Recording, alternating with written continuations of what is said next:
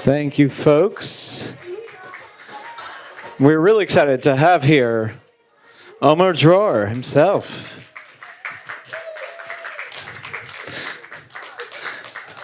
Please welcome, all the fans are here. Please welcome the producer of the film, Ofer Naim. Ofer, please join us. Thank you.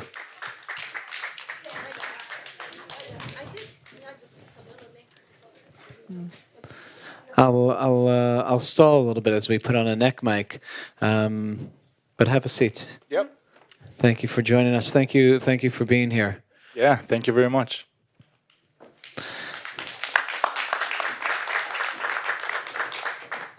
We are recording all the sound through our microphones directly into the board. Just a couple. There's a lot in this film, actually. I mean. Sure, it's, as I introduced it, this isn't a film about the peace process. This isn't a film about the other big issues of Israel, but it actually is about one of the big issues, which is a global issue, which is, I mean, there's one side of it that's fame, but the other side of it is also just popularity, and what that means. That's something that that globally people deal with. So I want to hear first, what inspired the story? Where did it come from? Whose idea was it? Can you guys share a little bit about the background to this? Yes, the movie starts with a book.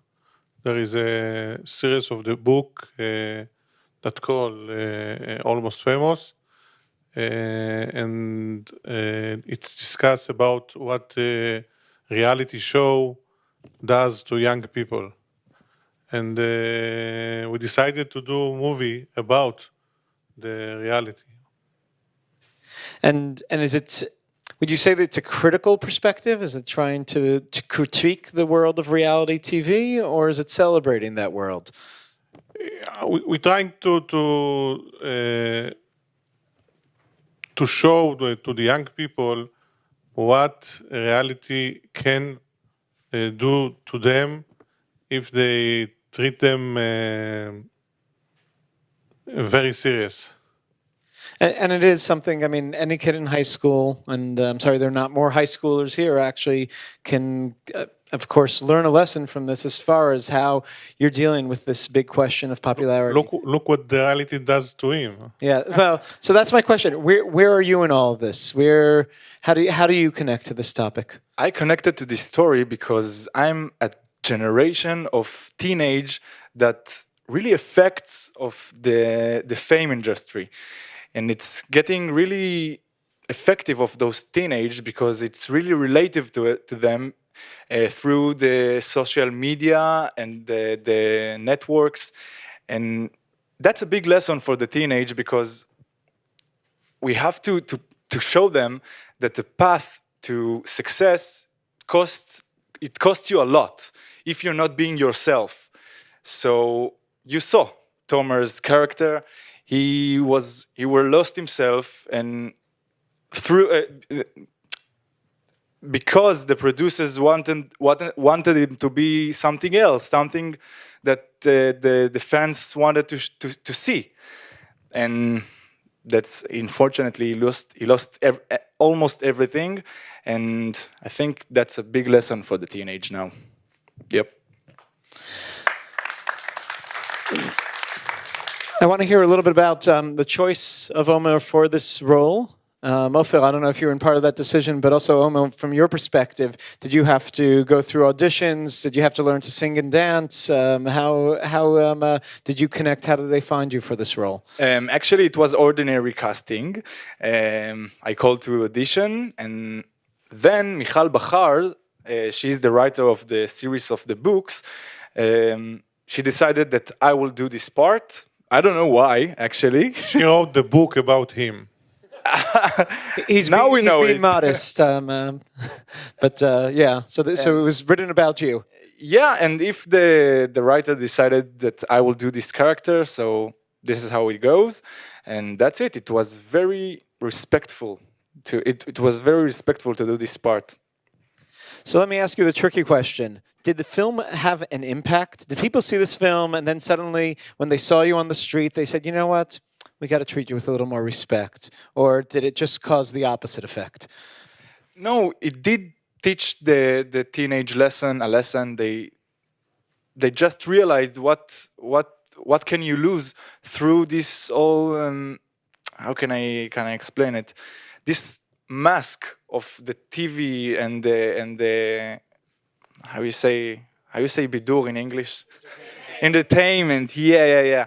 And it's not so simple, and you really have to be talented to entertain this kind of fans, and you just need to be yourself. That's it. This is the lesson of this movie.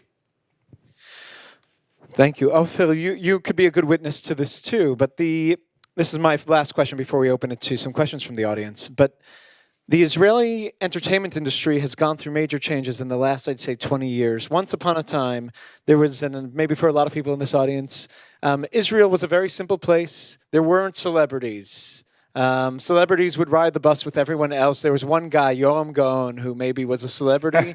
Great. And he was the only one. You know, Tzvika Pik tried a little bit, but didn't get there. But Israel now has changed a lot, and Israel, like the rest of the world, like the rest of the Western world, is celebrity driven. I mean, you see there a guy like Gal Olchovsky, who's in this film. He plays one of the panelists. He was the guy who started off as a music guy, and now is kind of has become a major celebrity in this world. Tell me a little bit about this change, about how Israel is reacting uniquely to this change. First of all, the celebrity going younger.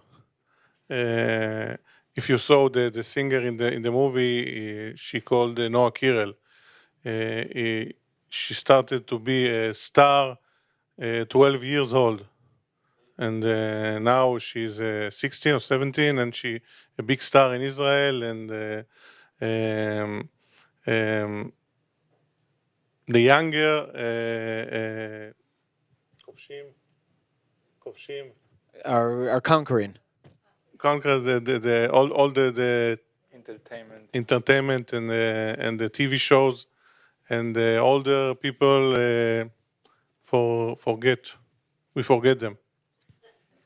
Is it true that she's run by her grandmother? That her grandmother is her manager? There's a question if her grandmother No, is her manager. Father. I read it somewhere. Her father. Omer, what do you feel about the entertainment industry now in Israel? It being It so is. intense. We're really effective from United States, and we are a very small country with particular religious people, and it's combined with a lot of kind of people. So. For some people, it's hard for them to see how the industry is getting her process, and we are trying to make it simple as just simple, yeah. I mean, the movie really shows how Israel's become so much like America and the world and American Idol, and there's so much of that there. I love then there's that one moment that I love in the film where that is this movie could have been anywhere except for one moment that was completely Israeli. What was that? When they put the chocolate on their face. Yeah. Hashachar chocolate only exists in Israel. It's not Nutella. It's something that's very different. It's some might say better, some might say worse, but it took from really Israeli cultural experiences, and I was able to smell that chocolate that you only can get in Israel or in Israel's specialty stores, and it was nice to have that moment that really brought it home for a moment to say, there are still things here that are uniquely Israeli, and we're not just America. A beautiful moment. The film, by the way, produced so beautifully. I feel Thank you. The use of just modern technology within it and the way it worked and the way it created tension is something that really is applaudable, and I think should make it marketable to everywhere. It does it better than in a lot of American movies I've seen. I'd love to take some questions, comments, and thoughts from the audience. We have a microphone that will be passed around. We'll work our way down. I just have a comment about the movie. It isn't only Tomer who changed, it was really the whole family. Yeah. Sister, look what she stooped to, the mother. The only one who really kind of was the father who stayed closest to who he was in his spirituality. So it's very interesting how the whole Yeah, how it's family was effects of everybody. Yeah. In many ways, I was saying as I'm watching the movie, I kept thinking, you know, nobody here has anything redeemable about them. They've all turned into these bad people, but the end definitely saves that and brings it back together. That you hope that people can still be good people despite whatever popularity they get. We have. I will give you the mic. Well, I got the message that fame isn't what it's cracked up to be, as evidenced, unfortunately, this week by two very famous people who committed suicide. And that sometimes there's a price you pay for being famous, and sometimes you wish you weren't. Absolutely. I mean, I don't think that fame necessarily makes people happier, as we can see from this week's tragic incidents. I will say fame in Israel is a trickier thing in some ways because it is a smaller country. It's not America, and it's a smaller country, and you're everywhere. You're seen. People can see you. It's really harder to leave your home in some ways. Everybody knows you. Everybody's connected to somebody who knows you. Nobody's shy in Israel, as some people might have guessed, and a lot of people will have no problem short approaching. I find when I see, I've witnessed paparazzi entertainment here in America, and I see it in Israel, and there's something much more aggressive in Israel towards celebrities. Any thoughts on that? Go ahead. You. First of all, the actors in Israel love paparazzi. They love paparazzi. Paparazzi? They don't beat them? No, because they show them on the paper, on the TV, and they love it. I think because Israel is a small country and everybody knows everybody, we really need to keep our soul clear soul, and we don't need to get involved of all those yellow stuffs, paparazzi and magazines, and we just keep it ordinary. Yeah, it's not so big and the fame is not so bright in Israel. So it's quite good, quite real. Yeah. Good to hear. We had one more question down here. Other than your beautiful acting, you cut some beautiful tracks for this movie. Your singing is a whole other thing that I just discovered about you by watching this movie. I knew about your acting, but the singing is beautiful. Any plans for releasing a single, cutting an album? No. I Galgalatz, something? No. Yeah. I think that actors need to have a lot of tools, and if we need to sing, we will take some lessons, and you will tell me if I succeed. Yes, I did. All right. Have these songs been released? Are these songs popular? Ofer, did you release these songs? Did they? Yeah, we release them, and the was a very big hit. And actually, we planning to do a second movie. A sequel. It's going Good to to be know in the that. army. Even closer to fame? What are we going to call it? Almost famous? Almost even more famous? I don't know about the name, but Oh, it's the second one. it's now in the writing. Good. We look forward to bringing it back. We have time for one more question, Yara? Was there a hand? Let's just wait for the microphone, please.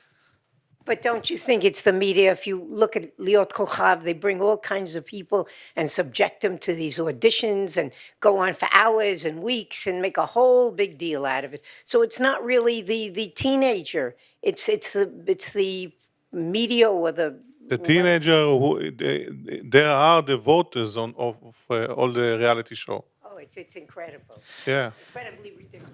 I'm not going to get in. I mean, I started off by saying this is not a political film, but if you want to look into what's going on in this country and how people get elected and how fame affects that, and popularity and how that drives an industry, you could look into that and make your own conclusions from that. Ofer and Omer, I want to thank you so much for being here. Thank you for this. Thank you for coming. Folks, tomorrow we have a panel here more about the Israeli film industry and its directions and where it's going. Please join us for that at 7:30. And then at 9:30 we have the film Longing, which is sold out. I hope you have your tickets. Sunday morning we do have Sunday we have a couple of screenings that still have tickets, so get your tickets soon. And please spread the word. Let your friends know to come to those last few screenings of these wonderful films. Thank you all. Thank you, Thank you. Isaac. Have a good night. Shabbat shalom. Take the mics. Should I grab our mics? Yeah. Thank you very much.